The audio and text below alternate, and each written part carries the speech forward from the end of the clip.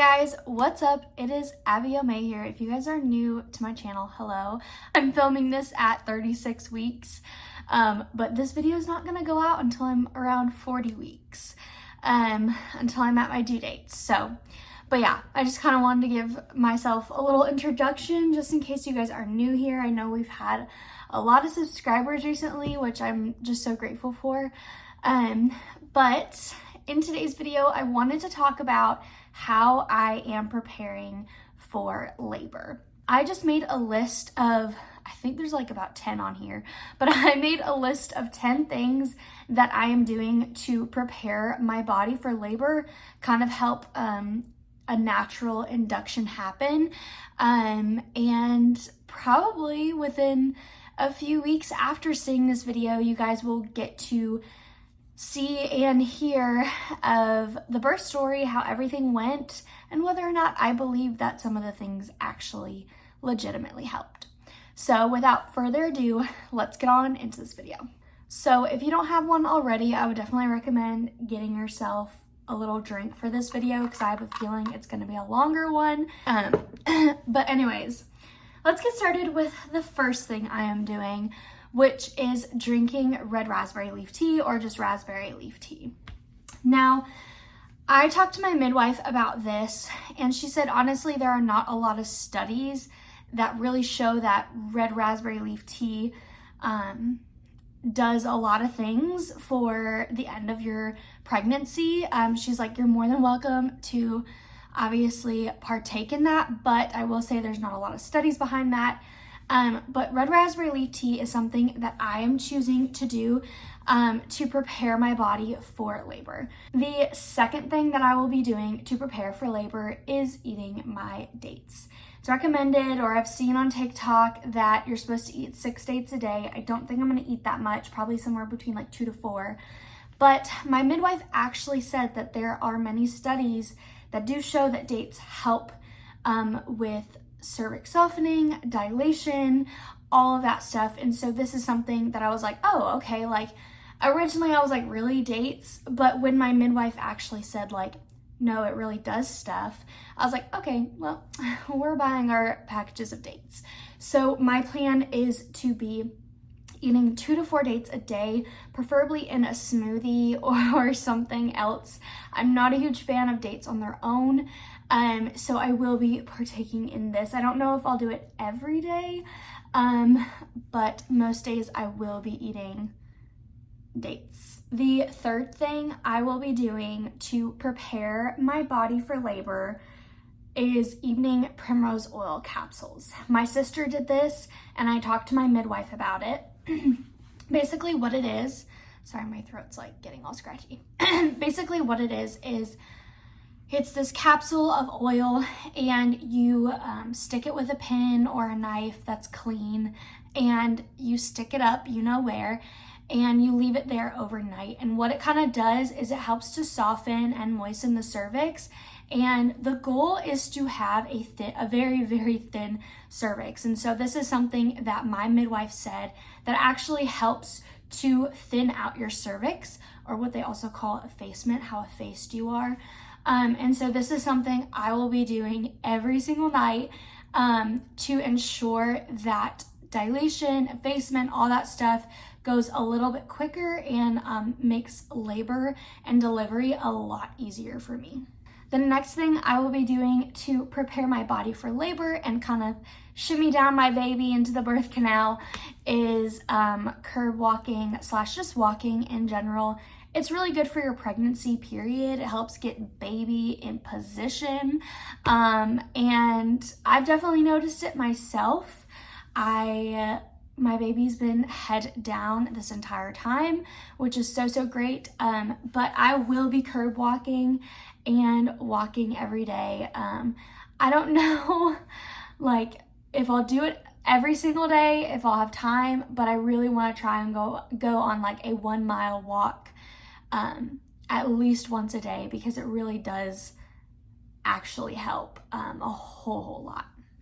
Okay, the fifth thing that I will be doing to help the laboring process, induction, all that stuff, is prenatal yoga. And this is something that my midwife told me. She was like, out of all the things you read about and hear about for trying to induce labor naturally and trying to have an easy labor and all that stuff, she's like, one of the most beneficial things is doing prenatal yoga, exercising, prenatal stretching, like all of those things are going to be the most beneficial. And one of the reasons is because labor isn't necessarily a sprint, it is a marathon, and it is a taxing exercise on the body. And so being able to work on your mobility and stretching and yoga and all of that stuff is really good. And I also read that yoga produces oxytocin, which you need oxytocin in order to go into labor. And so just any form of prenatal yoga or stretching, whether before bed or just in the morning, that is something that I plan to do and I am doing to prepare for labor. I've actually been stretching and doing yoga and exercising all throughout my entire pregnancy, and that is actually really good and really healthy for your body. Okay, the sixth thing that I'll be doing to prepare for labor is taking daily baths. Now, I don't really know if there's like any scientific research behind this or whatnot, so take this with a grain of salt, but regardless, taking a bath just feels really, really good on your joints and your limbs, especially as you're getting like more and more heavily pregnant. And it can help kind of moisten the skin, soften things up down there and all of that stuff. But ultimately, the reason why I'm doing this is I just want to be able to relax my body and relax my mind. The seventh thing that I am doing to prepare for labor is increasing my fluid intake. Now, as someone who previously to becoming pregnant was not a massive water drinker, like I probably drank 20 ounces a day, which is not good. It is even more important while you're pregnant and even in breastfeeding that you are drinking lots of water. And I've been working with a doula, and one of the things that she said is that when women come to labor and their body's getting ready for labor, their body tends to be a little bit more dehydrated, and how it's a lot more important to increase your water intake towards the end of your pregnancy. Yes, you should be getting anywhere between 80 to 120 ounces of water per day. Like that is the recommended amount if you are pregnant, but especially towards the end of your pregnancy, it is even more important to be drinking lots and lots of water. Okay, the eighth thing that I will be doing is taking the gentle birth tincture. So there's two different kinds. There is one with blue cohosh, I think it's pronounced, and one without blue cohosh. I did some research on both of them, and a lot of women said that the gentle birth tincture helped them out so much in their labor and delivery. You take it from weeks 35 up until the day you give birth, all those things. But I did more research on it, and there are some studies that show that blue cohosh is actually not good during the later parts of pregnancy. And you can do your own research on that. So I decided that when I get the gentle birth tincture, I'm gonna get it without blue cohosh, because I'm like, I don't want to risk anything personally. So I'll be taking it daily. I think you take like a small little drip in the mouth or whatever it is, or even in your water. From what I've heard, it doesn't taste good. I have not started taking it yet. This is something that I have seen tons and tons of women take and use and say actually helped them. And so I was like, you know what? Why not? Let's take it. So the ninth thing that I will be doing to prepare for labor and delivery is leaning forward and focusing on how I am sitting. Now, this is important. I want to say between like second and third trimester, you want to get baby in a good position. You want them head down, ideally. You don't want them breech, all those things. And I will say I don't do this all of the time, but majority of the time I try to sit up. I try to have I'm practically manspreading, not gonna lie. And I try to like lean forward and almost like poke my belly out, because that gets baby's head engaged in position and pointed downwards. And this is something that my midwife and doctors told me is really, really important, is just how are you sitting? But like I said, I'm not perfect at it. I will come home and literally slouch on a chair for an hour. But majority of the time, I do try and focus on how I'm sitting, because ultimately I want to have an easier labor and I want baby's head to be down and ready and in position. The very last thing that Gentry and I have been doing together to prepare for labor is having a birth doula.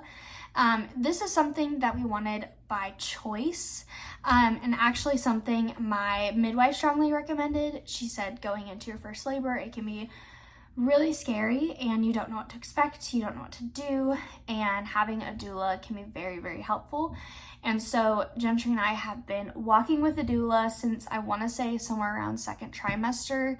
And she has been guiding us and helping us through, sorry, Gentry's taking a shower, but she's been guiding us and helping us throughout pregnancy, and also preparing our hearts and minds for labor, and not only for labor, but for postpartum as well. And so that's something that I'm very grateful for. I feel in a lot of ways prepared. Since having a doula, I feel like if I didn't, I wouldn't really know what to do other than like literally scouring the internet to figure it out. But yeah, she's been super, super helpful, and I'm so, so grateful to have a doula for my first pregnancy.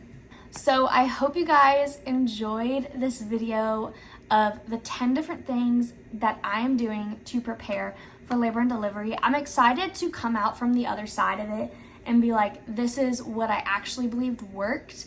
Obviously, I won't know specifically because I'm doing so many different things, but these are things that my midwife has been like, yeah, like this is actually going to be helpful for you. So I am super, super excited. I can't believe this video is literally coming out like a few days before his due date. Maybe he'll be born before that. I don't even know. But anyways, I hope you guys found this video helpful at all. Obviously, these are not doctor recommended or not coming straight from a midwife or labor and delivery nurse or anything. It's just coming from an average human being. And I will see you guys maybe next week with a baby. Who knows? Bye, guys.